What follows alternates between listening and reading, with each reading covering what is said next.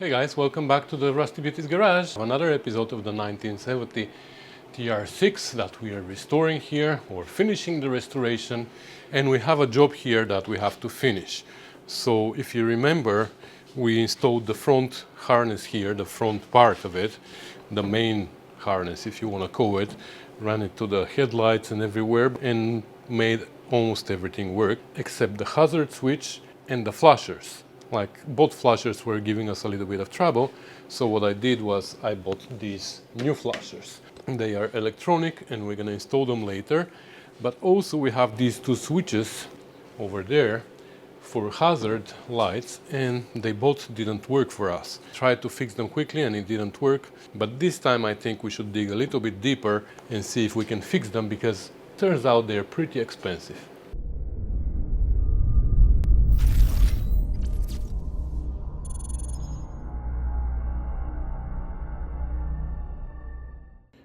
Okay, so let's see what the problem with these switches is. How they work, they're two separate switches inside.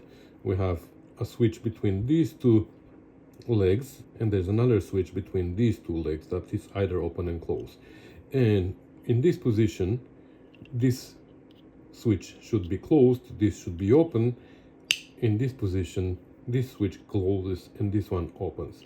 However, nothing is closed. One of the two needs to be closed right now, but nothing is closed. If I touch this, I have a signal, you see? But nope, none of these. So I said, okay, we're gonna buy a new switch. But when I went to check, it is $162 US, a new switch. So nope, we're not doing that. So let me show you what's inside and let's figure out why it doesn't work. Okay.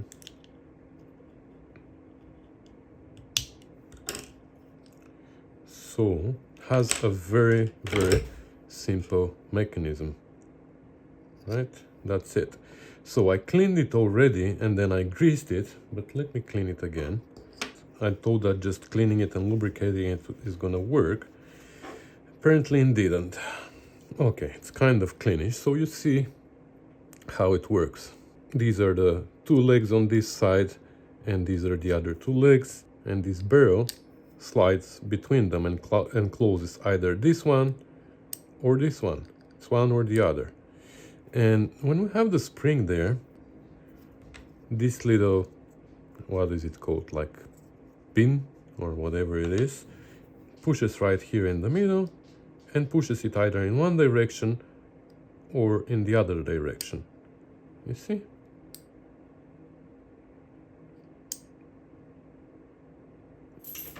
So it kind of works this way. The problem is that when it comes in this direction, this thing here is in the way. And I'm not sure why there is this thing here. This switch also has it. It's the same thing, and I thought maybe a spring was missing or something, but I don't think there is a spring because there's nothing. So if we are able to move it just a little bit more this way, you see, it goes and clicks. On this side, it always works nicely, but on this side, it doesn't work because you have to shake it. And I tried both ways. I tried to assemble it this way or this way because of this pin, which also I don't know what it does, but it looks like it works a little bit better when I assemble it this way with this pin towards the other side. But I'm thinking if we shave this a little bit, that should work. Let's just assemble it and I'll show you, because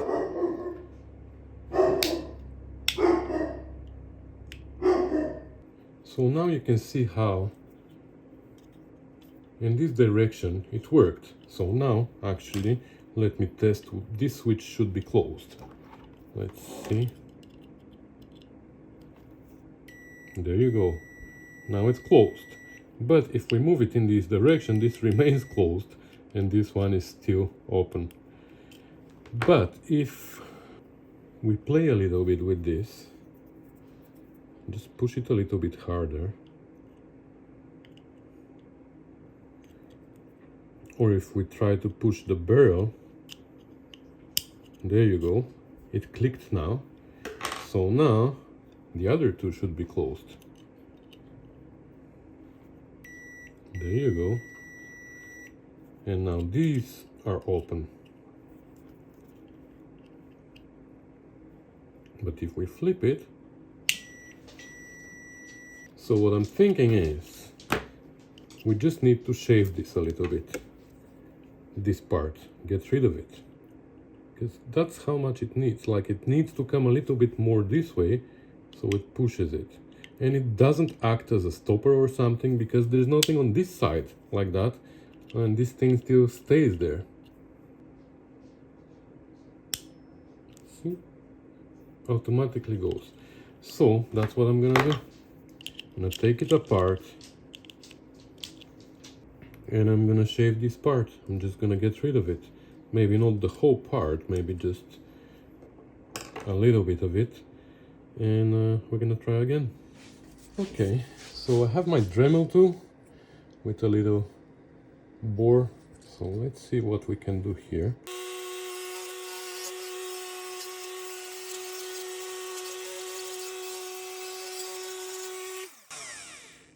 Okay, that's how much I shaved. It's not perfectly clean. We're gonna clean it now. I'm gonna go and wash it, and we're gonna lubricate it again, but I think now it's gonna work. There you go. Now it moves super easy. Let's assemble it with this thing. Still doesn't move in this direction. Why?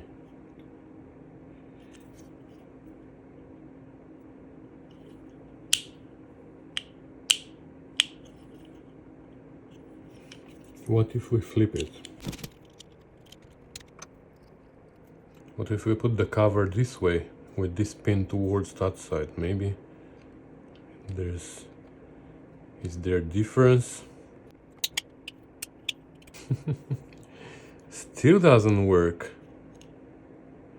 Now I don't get it. Works only in one direction.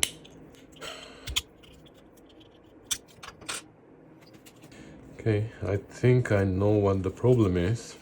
So if you look carefully inside, right here, there is like a slot that the barrel gets stuck into.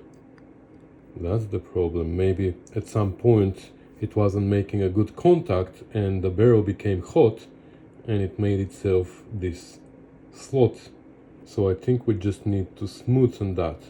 Okay, so I was able with my Dremel tool to go very gently and smoothen those tracks. You see, like I either fixed it or made it worse. I don't know, but let's see. It's one or the other. So let's assemble it.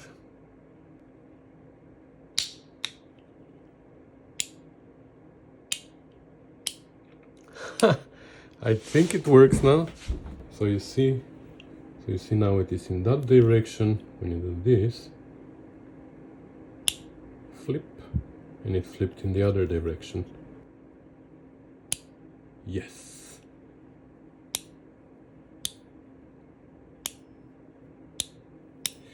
Perfect. Let's see if it works electrically, because that's the whole point, right? So, okay. I don't know why this does that. Why doesn't it go? Anyway, it's not a continuous signal, but whatever. So, this is open now.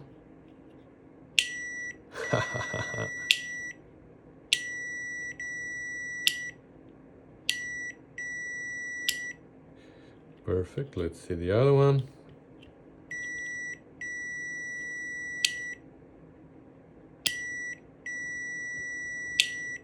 Yay! Perfect. So we fixed it. $162 saved. Let's see if we can save 162 more with the other switch.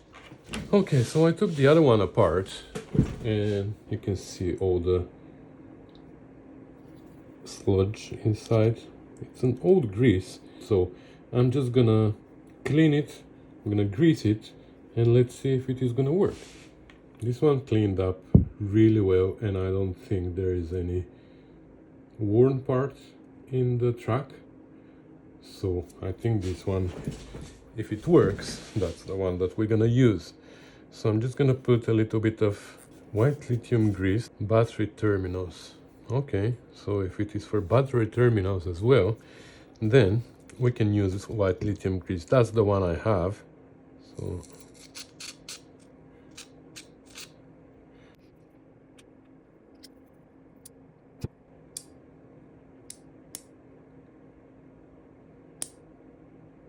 I don't know. We might have the same problem with the little boss inside, but let's see.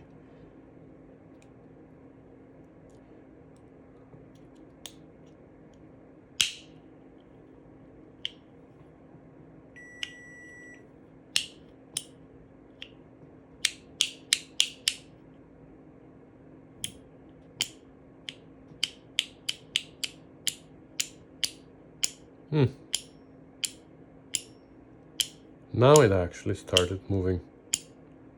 Well, this one works without shaving this. I guess it needed to lubricate itself everywhere. Okay, let's test it too.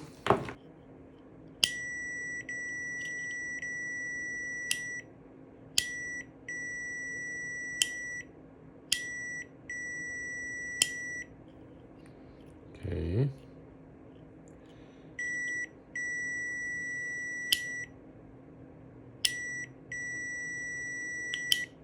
Yes! So now we have two switches. We even have spare. Okay, let's go install it on the car. And here, I'm not gonna go through the entire diagram again. We've done that 2 videos ago, I believe, when we were working on that. But just a quick reminder, why do we have two separate switches here? One is for the two purple wires that turns the hazards on, but the other switch that has the two green wires, green with brown, is for the regular signals. So what happens is when we turn the hazards on, the other switch turns off, and that prevents anything from happening when you turn your regular signals on and off while your hazards are turned on. Once you turn off the hazards, you connect again the regular signals, and now they work properly. So that's what we have to do. Doesn't really matter polarity here. It's important that we put the two purple with red. One is actually solid purple, the other one is purple with red, so we put them on one switch. Doesn't matter which one. It probably matters actually, because it matters how you put this sign, but I think they need to be on when this is down. So when this is down, the plunger goes up and pushes through, so it closes this one. Yeah, okay, so this is the one that we want to be responsible for the hazards, in case we want them to be on when we push it down. When it's up, the hazards are going to be off and the regular signals are going to be on. Okay, so we still don't have battery connected, so we're going to connect that later.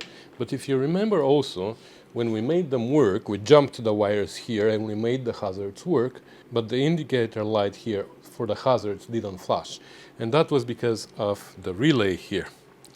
So I explained it before, but I'll say it again quickly. This flasher for the hazards only for TR250 and 6970 and 71 TR6 is with 3 prongs here. And that's because the third prong is responsible for that light on the dash.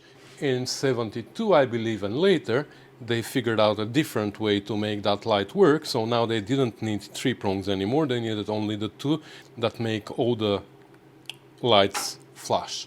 Here, though, we have a very old 3-prong relay, and that was our suspect. So now we have, nope, that's the 2-prong one. Now we have a 3-prong one that is electronic. The electronic ones work the same way, except they don't use mechanical bimetal strip inside like these do. They use resistors, diodes, and stuff like that. So it plugs the same way. The only difference is, though, these new electronic flashers, they need ground. So we're gonna have to hook this up somewhere. I'm gonna hook it up later. Now, for now, I'm just gonna hook it up here, because I just want to test it. You know, the temporary things are the most permanent, but no, we're gonna fix that. I don't like it like this. And since we are there, we're gonna replace also the one under the dash in the passenger footwell over there, which is only with 2 prongs, and that's the one for the regular signals. Okay, this one is also hanging on the wires, and I put the ground right here, and I'm hoping that it is making contact here. Anyway, let's try it. So I'm gonna hook up a battery and let's see if it is gonna work. Oops. Something is clicking. Oh. The hazards are on already, that's why. Okay, we have hazards. Let's see if they're gonna turn off. Oh, and this one is flashing too. Good. And they turn off.